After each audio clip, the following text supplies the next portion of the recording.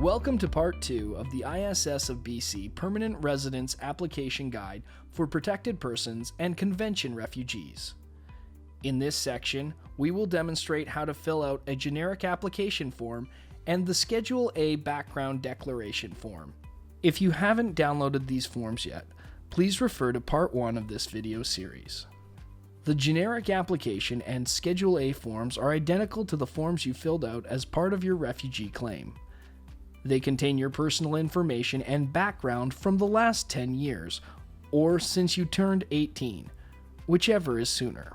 You can use the generic and Schedule A forms you filled out at the beginning of your refugee claim to help you fill out these two forms. Be sure to update them with your current contact information and account for the time that you have spent in Canada in your personal and address history. Open your downloaded generic application form with the latest version of Adobe Reader. Under Section 1 of Application Details, select Refugee for the program under which you are applying. Select In Canada Protected Person for the category under which you are applying. Moving on to Item 3. Enter the number of family members you are including in this application. Don't forget to include yourself in the total number and any dependent outside of Canada. For Section 4, select your language preferences for correspondence and for your interview. If you plan to bring an interpreter for your interview, select Yes from the drop-down menu. Select the province and city in Canada where you intend to live. This video guide is for applicants intending to live in British Columbia, so select BC and enter your city or town. Section 6 is only for applicants intending to live in Quebec. Personal details. Enter your family name, then your first name as shown on your passport or travel document. Be sure to include any nicknames or maiden names in the highlighted area. Next, enter your UCI number as shown on your refugee ID. Select your gender, then enter your height, eye color, date of birth, place of birth, and country of birth. Next, enter your country of citizenship. If you are a citizen of more than one country, be sure to include both countries. Select Canada as your current country of residence, and then select Protected Person as your status. Moving on to Section 11. Enter the date and place of your last entry to Canada.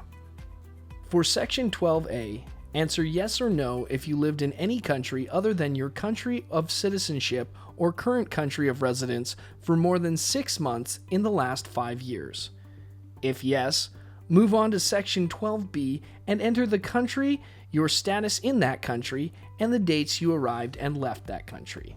Moving on to Section 13. Enter your marital status. If married or in a common law relationship, enter the date on which you were married or entered the common law relationship. Next, enter the name of your spouse and then indicate whether you have previously been married or in a common law relationship. If yes, then enter the name of your previous spouse, the type of relationship, and the time in which you were in the relationship. Enter your previous spouse's date of birth in Section 14E of Personal Details. Contact information. Enter your current mailing address. If your residential address is different from your mailing address, click No for Section 2 and enter your residential address details below. If your residential and mailing address are the same, click Yes and move on to Section 3. Enter your telephone numbers, your fax number if applicable, and your email address. Passport. Select Yes or No for whether or not you have a valid passport or travel document. Enter your passport number, country of issue, and the issue and expiry dates. Section 5 is only for applicants from Taiwan, and Section 6 is only for applicants from Israel. National Identity Document. Select Yes if you have a national identity document. Enter the document number, country of issue, and the issue and expiry dates. Education and occupation details. Enter your highest level of education completed in Section 1, and then the total number of years of education in Section 2. Next, enter your current occupation, followed by your intended occupation. Language detail. Enter your first language. Next, answer whether you are able to speak English or French. If you select both, indicate which language you are more comfortable with.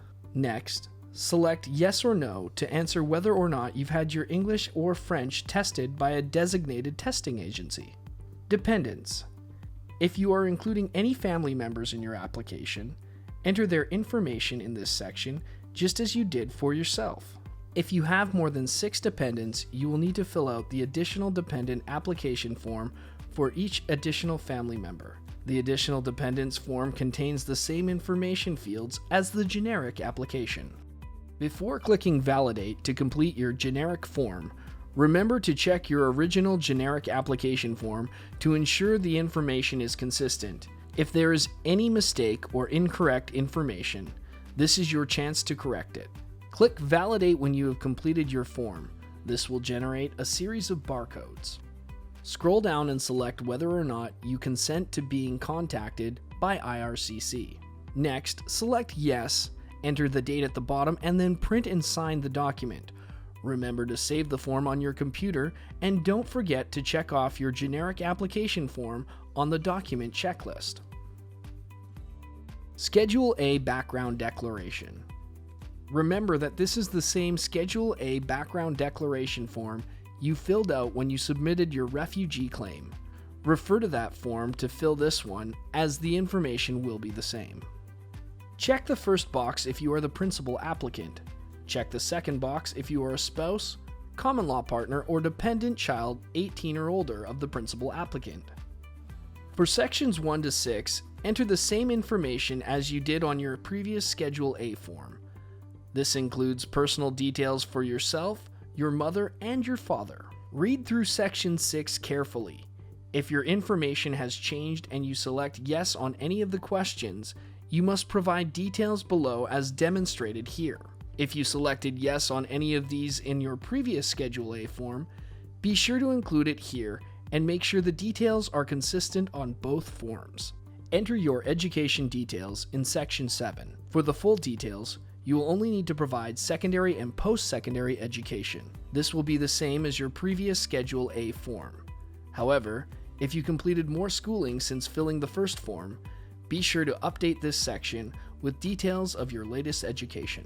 For item number 8, you will provide details of your personal history since the age of 18 or the past 10 years, so you may have new information to add.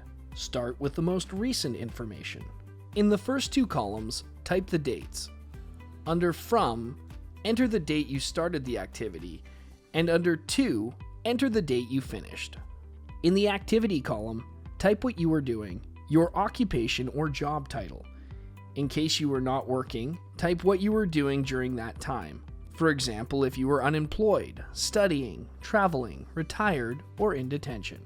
Then, enter the city and country, and in the next column, type your status in that country. For example, if you were a citizen, student, refugee claimant, or worker. In the last column, type the name of the employer, company, or school. If you were unemployed, type NA for not applicable. Make sure that you do not leave any gaps in time. If you need more space, recreate these columns on a separate Word document. Complete your 10-year history and attach to this form. If you have been a member of or supported an organization, union, or association, enter the details in Section 9 as stated on your previous Schedule A form. If you have worked in government or held any government titles, enter the information in Section 10 as stated on your previous Schedule A form. If you have served in the military for any country, enter your details in Section 11. Type None in the box as shown here if you have not served in the military. For item 12, enter all the residential addresses where you have lived since your 18th birthday or the past 10 years. Include the dates you lived there, the address, city and country, province or state, and postal code if applicable. Do not use P.O. Box addresses. If you need more space, recreate the columns on a separate Word document. Fill out the rest of your addresses and attach to this form. Under Declaration of Applicant, enter the date. Print and write your signature. You only need to sign under Declaration of Applicant. Save the form on your computer and close it. Don't forget to check off Schedule A Background Declaration on your document checklist.